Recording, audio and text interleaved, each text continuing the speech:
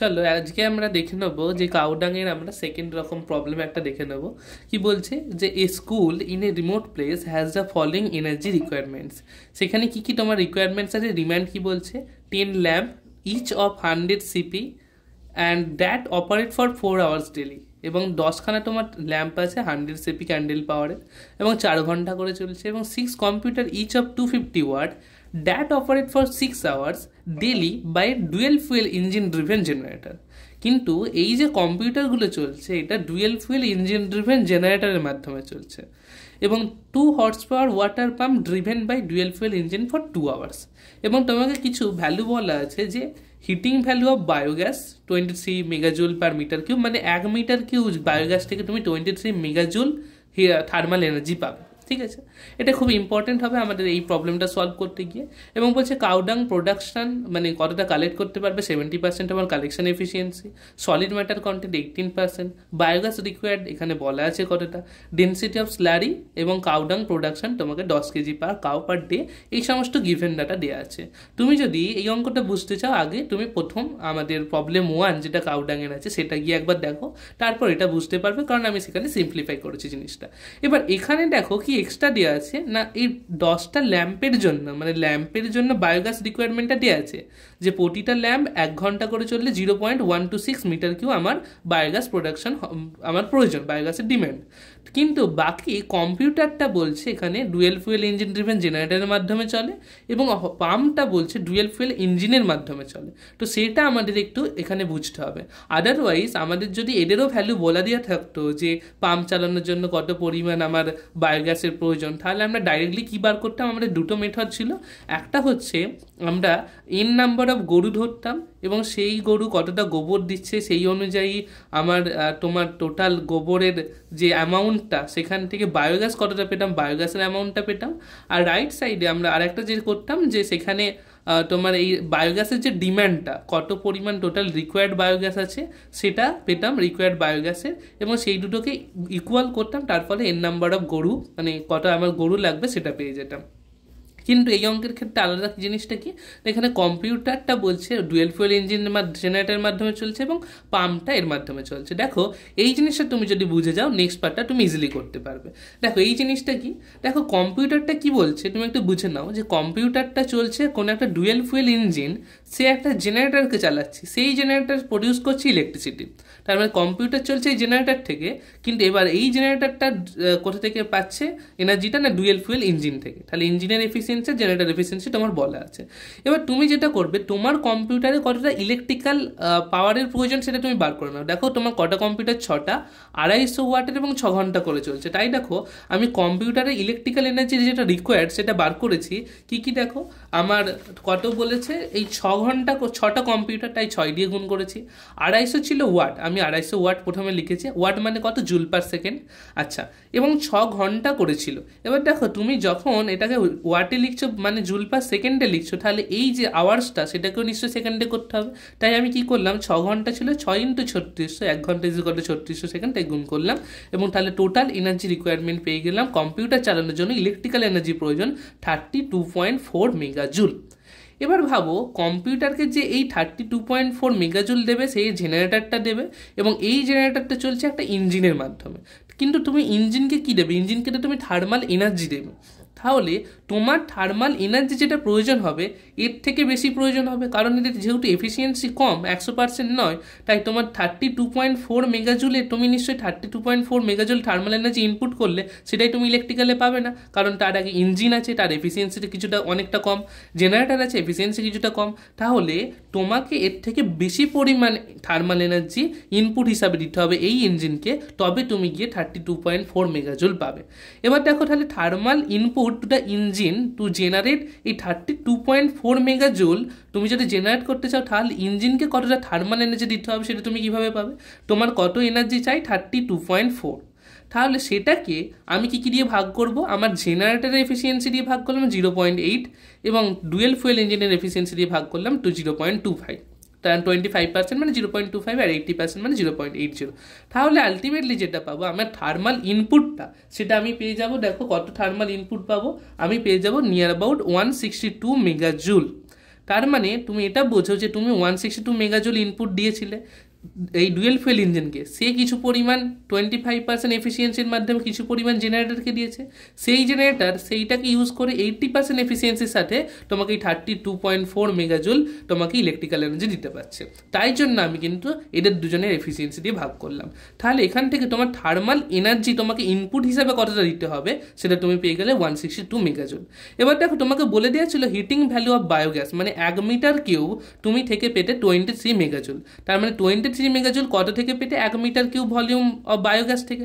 তোমার biogas requirement সেটা এখন এর মাধ্যমে ঐকিক নিয়মে তুমি পেয়ে যাবে যে 23 মেগাজুল পেতে 1 মিটার কিউব থেকে 1 মেগাজুল কত থেকে পাবে, এবং 162 মেগাজুল তোমার থার্মাল ইনপুট তাহলে দরকার। তাহলে কম্পিউটার চালানোর জন্য টোটাল যে বায়োগ্যাসের রিকোয়ারমেন্ট সেটা তুমি পেয়ে যাবে। আচ্ছা দেখো এবার পাম্প কি বলেছিল না, 2 horse power pump driven by dual fuel engine, এ শুধুমাত্র ইঞ্জিনের মাধ্যমে চলছে ফর 2 আওয়ার্স ডেলি। তার মানে সেখানে কোনো রকম জেনারেটর থাকছে না। তাহলে দেখো পাম্পের ক্ষেত্রে কি পাম্প চলছে কার মাধ্যমে, ডুয়েল ফুয়েল ইঞ্জিন যার এফিসিয়েন্সি 25%। তাহলে পাম্প চালানোর জন্য আমার প্রথমে ইলেকট্রিক্যাল এনার্জিটা আমার কতটা দরকার পড়ছে সেটা আমি বার করে নিই, তারপরে আমি থার্মাল এনার্জিটা কতটা ইঞ্জিনকে দিতে হয়েছে সেটা আমি দেখে নেবো। সেটাই তো আমার ইনপুট না, সেটাই আমার বায়োগ্যাস রিকোয়ারমেন্ট বলবে, তাই না? তাহলে দেখো আমি দেখছি electrical energy demand for the pump সেটা কত না, সেটা দেখো এখানে বলা আছে 2 হর্স পাওয়ার পাম্প, এবং তাহলে 2 হর্স পাওয়ার লিখলাম, এবং হর্স পাওয়ারকে আমি ওয়াটে করতে চাইছি 746 দিয়ে গুণ করেছি। এবার ওয়াট মানে কি জুল পার সেকেন্ড, তাহলে এটা যদি আমি সেকেন্ড ইউনিটে করি তাহলে আমার যে আওয়ার্স বলা ছিল 2 ঘন্টা, তাহলে সেটাকে আমার সেকেন্ডে করতে হবে, তাহলে 3600 দিয়ে গুণ করলাম। তাহলে total energy requirement electrical energy for pump সেটা পেয়ে গেলাম 1 মেগাজুল।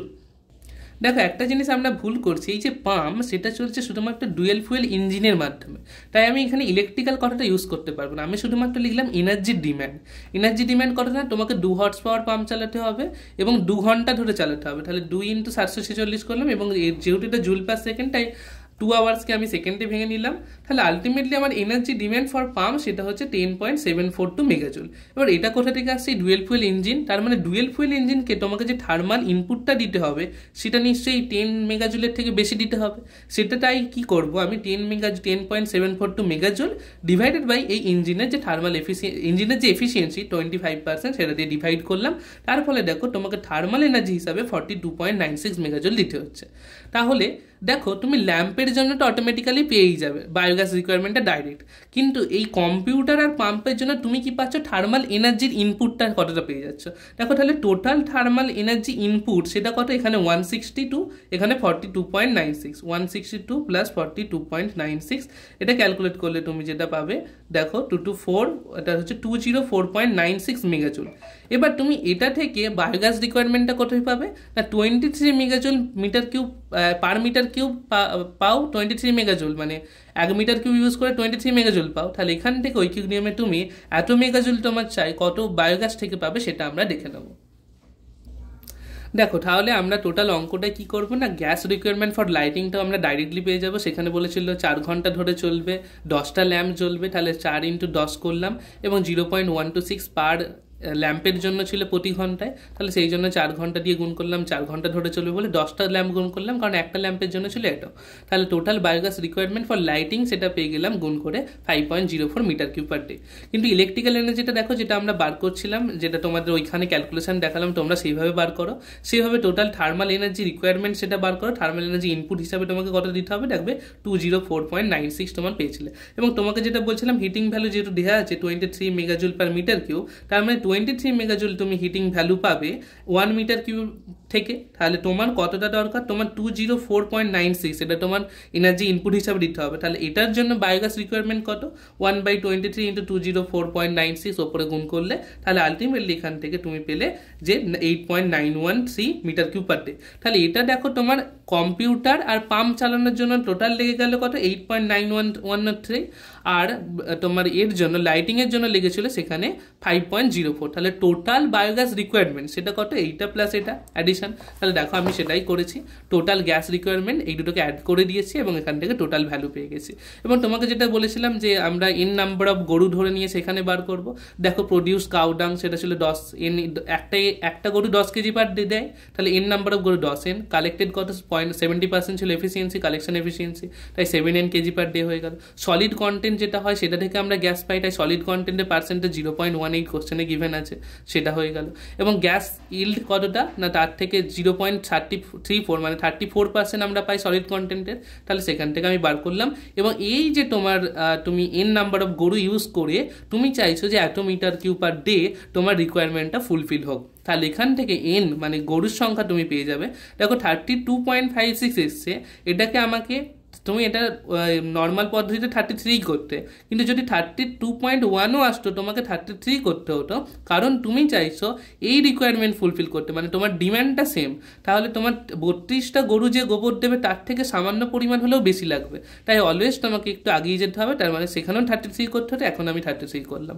তারপরে দেখো তাহলে তুমি এটা ক্যালকুলেট করে নিলে কতগুলো গরু দরকার। এবার যদি প্ল্যান্টের ভলিউম বলে তুমি সেইভাবে বার করবে, যেটা আগের ভিডিওতে বলেছিলাম যে আমার যদি নাম্বার অফ গরু 33টা হয় এবং এখানে কালেক্টেড কত ছিল 7 এন ছিল, তাহলে এনের ভ্যালু এখন 33, তাহলে এত কেজি পার ডে আমার কাউডাং, এবং কাউডাংয়ের সাথে সেম পরিমাণ ওয়াটার মেশালে তবে স্ল্যারি তৈরি হয়। স্যালারির ওয়েট কত হয়ে গেল, স্ল্যারির ওয়েট হলো 442 কেজি পার ডে, তাহলে এখানে তার স্যালারির ডেন্সিটি 1090 দিয়ে আমি ভাগ করেছি, এখান থেকে স্ল্যারির ভলিউম পেয়ে গেলাম।